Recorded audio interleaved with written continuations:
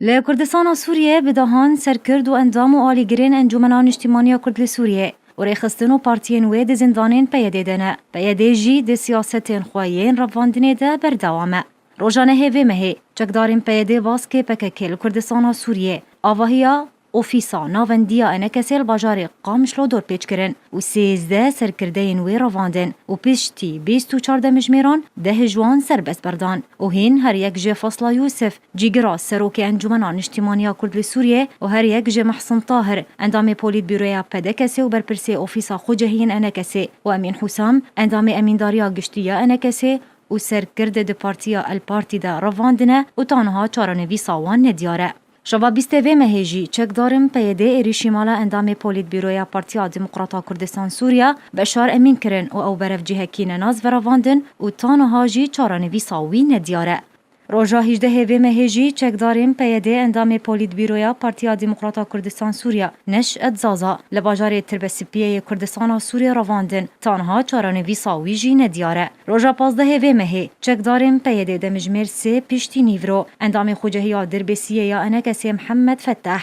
کد همان دمیده سرکرده ده تفگرا چاک سازیا کرد لسوریه ده رواندن و پیشتی چند مجمیران رواندنه او سربست بردان. بریان هاجی چک داریم پیاده اندام خوجهیا دیریکه یا انکسی فواد ابراهیم لنزیکی گندوی شکر خاچیه بسر دیریکه و رواندنه و تانها چارنوی ساوی جی ندیاره. جبری هر هفت سرکردین نافبورین انجمنان اجتماعی کرد لسوریه تانها بدهان سرکرد و اندام والیگرین انجمنان اجتماعی کرد لسوریه مینا بهزاد دورسن اندام پولیت بیرویا پارتیا دموکراتا کردستان سوریا ده زندانین پیاده دنه و تانها جی چارنوی ساوان ندیاره.